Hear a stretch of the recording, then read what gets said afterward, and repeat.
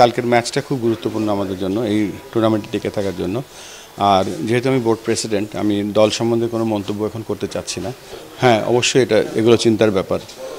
খেলাটা তো ক্রিকেট, ভদ্রলোকের খেলা, এবং ভদ্রলোকের যেই সংজ্ঞাগুলো আছে সেগুলো প্রত্যেকটা স্টেপে আমাদের ফলো করা উচিত। কেননা নির্বাচনটা একটা অল্প সময়ের জন্য, আর ক্রিকেট খেলাটা বাংলাদেশের, যারা ক্রিকেট খেলবে ভবিষ্যতে তারা দেখছে কী করছি আমরা, যারা এখন খেলছি তারা দেখছে কী করছি আমরা। তা আমাদের কাজের উপরে আমাদেরকে এক্সাম্পলটা যদি সেট করতে না পারি, তাহলে আমরা কি উত্তর দেবো নেক্সট জেনারেশনকে।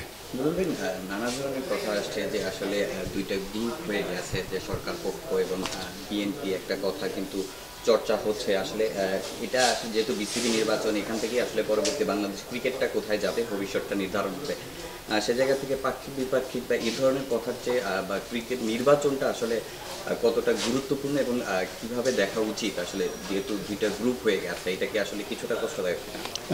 আমি কোনো গ্রুপ দেখতে পাচ্ছি না। যারা ইলেকশনে আসবে সবাই একসাথে ইলেকশন করবে, উৎসব হবে একটা। আমি ব্যাপারটার মধ্যে দেখছি আর কি।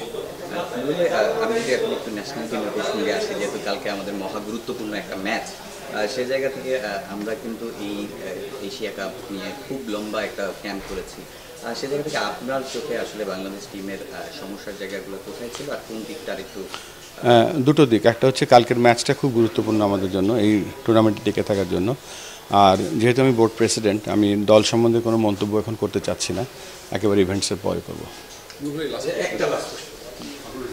মানে আপনি যেহেতু বোর্ড প্রেসিডেন্টও, পাশাপাশি আপনি ঢাকা বিভাগেও এখন এক্সপেকটেশন তো বাড়তি থাকবেই। ঢাকা বিভাগটাকে আপনি কোথায় দেখতে চান মানে স্পেশালি? ঢাকা বিভাগ এমন একটা বিভাগ যেখানে রাজধানী এবং এর পরিধি অনেক বড়, এবং এখানে শুধু কন্ট্রিবিউশন না, এর সম্ভাবনা, ক্রিকেট সম্ভাবনা শুধু না, সব স্পোর্টসের সম্ভাবনা অনেক।